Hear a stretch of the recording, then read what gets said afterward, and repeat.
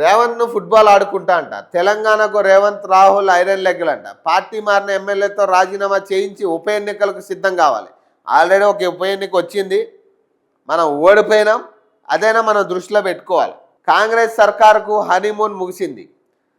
త్వరలోనే ప్రజల్లోకి రానున్న కేసీఆర్. మీడియాతో చిట్ చాట్లో కేటీఆర్. సీఎం రేవంత్ రెడ్డిపై బీఆర్ఎస్ వర్కింగ్ ప్రెసిడెంట్ కేసీఆర్ మరోసారి తీవ్ర వ్యాఖ్యలు చేశారు. రేవంత్ రెడ్డి ఎవరితో ఫుట్బాల్ ఆడుకుంటారో నాకు తెలియదు, కానీ నేను మాత్రం ఆయన్ను ఫుట్బాల్ ఆడుకుంటానని కేటీఆర్ ఘాటుగా వ్యాఖ్యానించారు.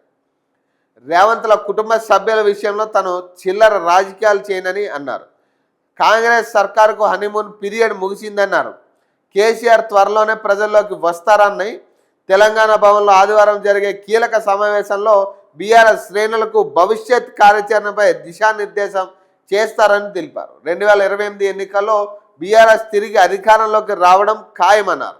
శనివారం తెలంగాణ భవన్లో మీడియా ప్రతినిధులతో కేటీఆర్ చిట్చాట్గా పాల్గొన్నారు. ఢిల్లీలో రేవంత్ విందులు వినోదాలు ఎవరి ఇళ్లలో జరుగుతున్నాయో తమకు తెలుసన్నారు. బీజేపీ ఎంపీ దుబే గృహానికి సీఎం ఎందుకు వెళ్లారో చెప్పాలని డిమాండ్ చేశారు. ఢిల్లీలో రేవంత్ ఇంటిని రిమిడల్ చేయించి బీజేపీ ఎంపీఏనని సీఎం రమేష్కు కాంట్రాక్ట్ ఇస్తుందే ముఖ్యమంత్రి అని ఆరోపించారు. అఖిలేష్ యాదవ్ తమ పాత మిత్రుడని, ఆయన ఫ్రెండ్లీగా ఉంటే బీజేపీ అధ్యక్షుడు రామచంద్రరావు బాధ ఎందుకని ప్రశ్నించారు.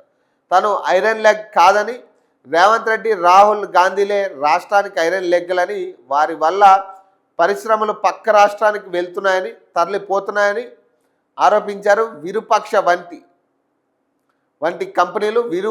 వంటి కంపెనీలు కర్నూలుకు వెళ్లడం రేవంత్ ప్రభుత్వం చేతగానితనమేనని, కాగా వికారాబాద్ జిల్లా తాండూరు నియోజకవర్గం బీఆర్ఎస్ మద్దతుతో గెలిచిన సర్పంచులతో కేటీఆర్ శనివారం ఆత్మీయ సమావేశం నిర్వహించారు.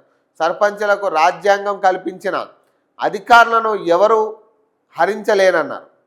పంచాయతీ ఎన్నికల దెబ్బకు ఎంపీటీసీ జెడ్పీటీసీ సభ్యుల ఎన్నికలను ఇప్పుడు నిర్వహించలేరని అన్నారు.